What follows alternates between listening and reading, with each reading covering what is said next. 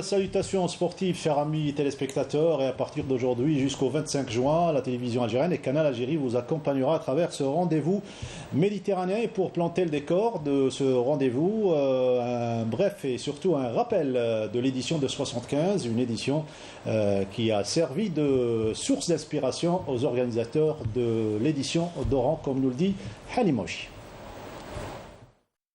Alger 1975, Oran 2022. L'Algérie retrouve les Jeux méditerranéens près d'un demi-siècle après. 47 ans nous séparent déjà de la 7e édition des JM que l'Algérie avait organisée avec brio.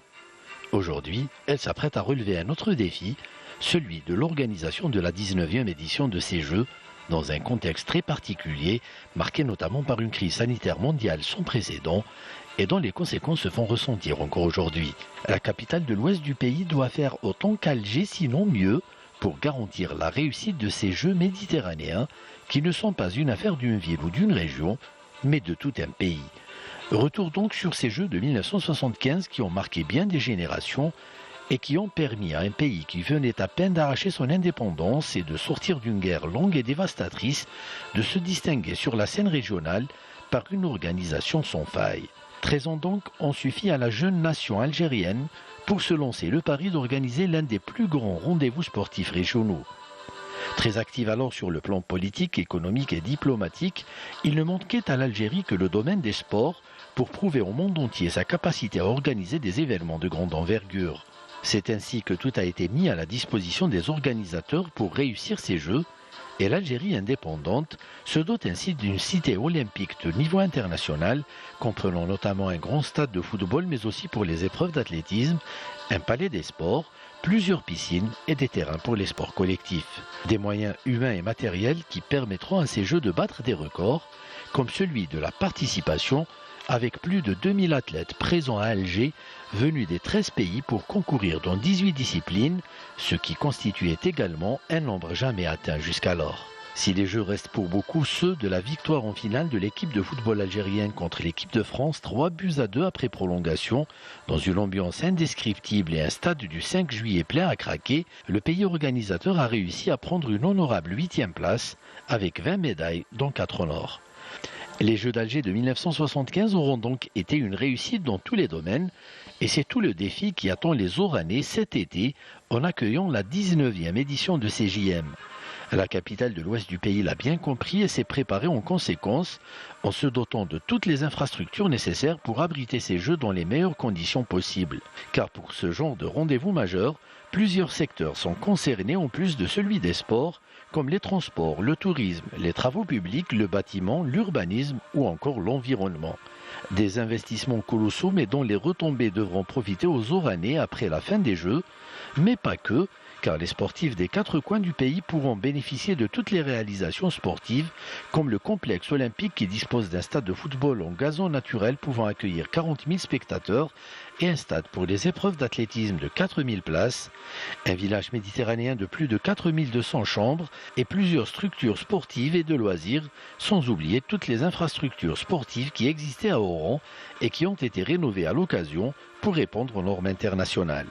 À quelques jours du coup d'envoi de ces Jeux, la ville de Sidi El Houari se consacre au dernier réglage et aux dernières retouches pour accueillir les 4 500 athlètes attendus venus des 26 pays participants pour concourir dans les 24 disciplines prévues. Les préparatifs pourront alors laisser place à la fête, car le sport c'est avant tout une fête, celle de la rencontre des athlètes des deux rives de notre belle Méditerranée. Et justement, l'un des joyaux architecturaux que nos organisateurs proposent aux visiteurs de la 19e édition, le stade olympique qui abritera les 2 cérémonies de l'ouverture et de clôture ainsi que les compétitions d'athlétisme. Présentation du stade olympique signé Saïd Fleck.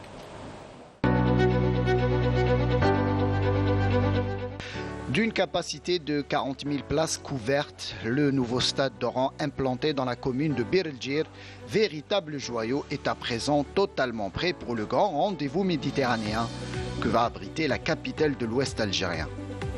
Doté d'une pelouse en gazon naturel type hybride, digne des plus grands stades européens, l'enceinte olympique répond aux normes internationales en matière de football ou d'athlétisme.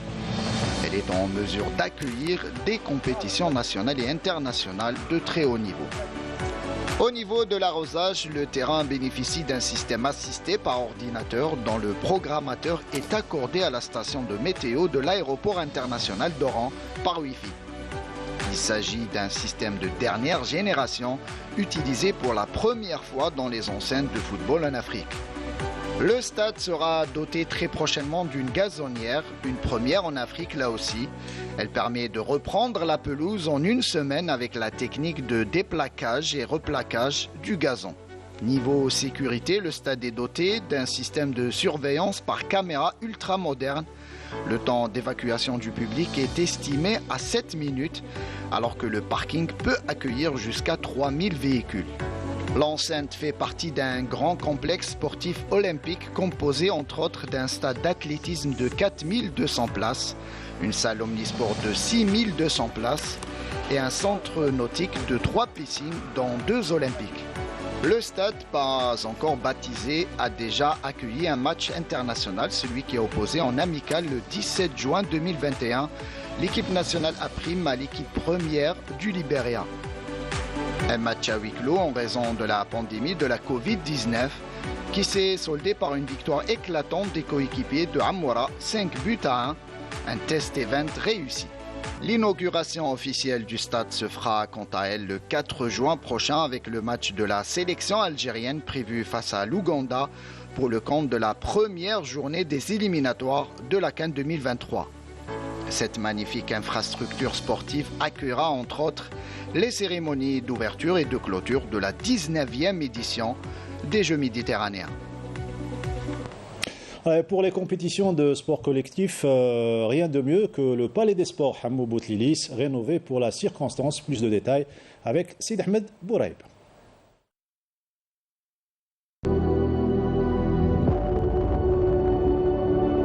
« 62 ans d'existence, le Palais des Sports Hamou Boutlilis est toujours cette enceinte sportive et ce monument historique qui rend fiers tous les Algériens. Le Palais des Sports a été construit en 1960 et a été le théâtre de grands matchs de hand comme l'Algérie-France et Algérie-Tunisie. Plusieurs grands joueurs ont joué ici à l'instar de Boukhbza, le Mejdani, des générations entières de handballeurs oranais qui ont donné beaucoup à l'équipe nationale ont foulé ce parterre. L'un des plus grands matchs joués ici est celui entre le Mouloudia d'Oran et Mouloudia d'Alger, qui s'est joué devant 8000 spectateurs. C'était pour le compte de la Coupe d'Afrique 1988. مقابلة صارت هنا في قصر الرياضة هو مقابلة مولودية وهران اللي كنت نلعب معها هنايا ومولودية الجزائر. En prévision des Jeux méditerranéens, le Palais des Sports a connu des rénovations qui lui ont permis d'acquérir des normes internationales. Des gradins de 6000 places, de nouveaux vestiaires flambant neufs et un salon d'honneur.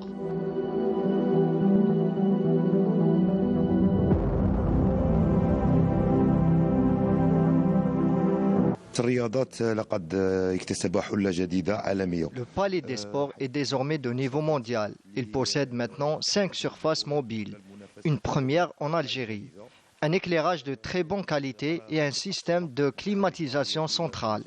Nous sommes prêts et cette salle est un héritage pour la ville d'Oran. La climatisation centrale نظن باللي رانا جاهزين وهران لقد اكتسبت معلم تاريخي اللي تجدد ولقى عرف حياة جديدة بإذن. Tous espèrent que ce monument sera témoin des exploits des sportifs algériens lors des JM. Et ça sera à partir du 25 juin jusqu'au 5 juillet. C'est la clôture de ces Jeux méditerranéens. Et pour clore en beauté ce premier rendez-vous méditerranéen, Rahoui Boualam, l'une des figures du sport algérien, premier médaillé des Jeux méditerranéens, médaillé d'or sur le 3000 mètres steeple, les premiers médaillés après l'indépendance. Il nous invite d'ailleurs à venir en force assister à ces Jeux. On l'écoute.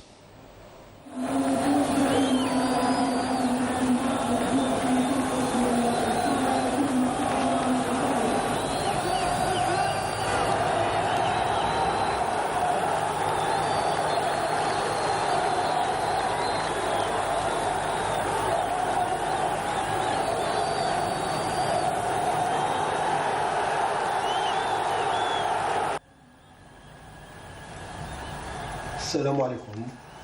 Boualem Rahwi, première médaille d'or des Jeux méditerranéens d'Alger 1975, avec une performance de 8-20.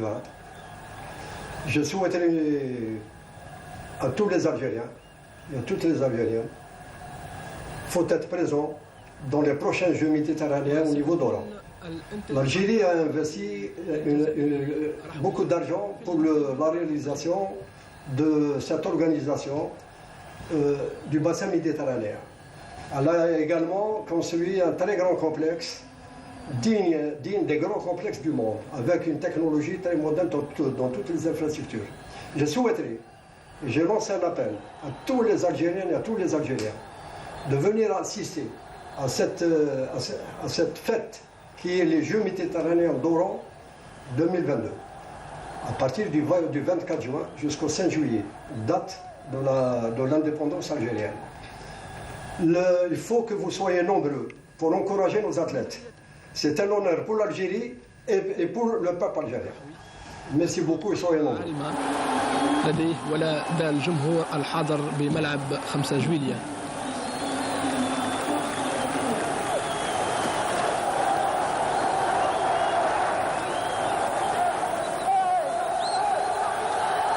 Espérons assister à d'autres consécrations algériennes lors de ces Jeux méditerranéens d'Oran.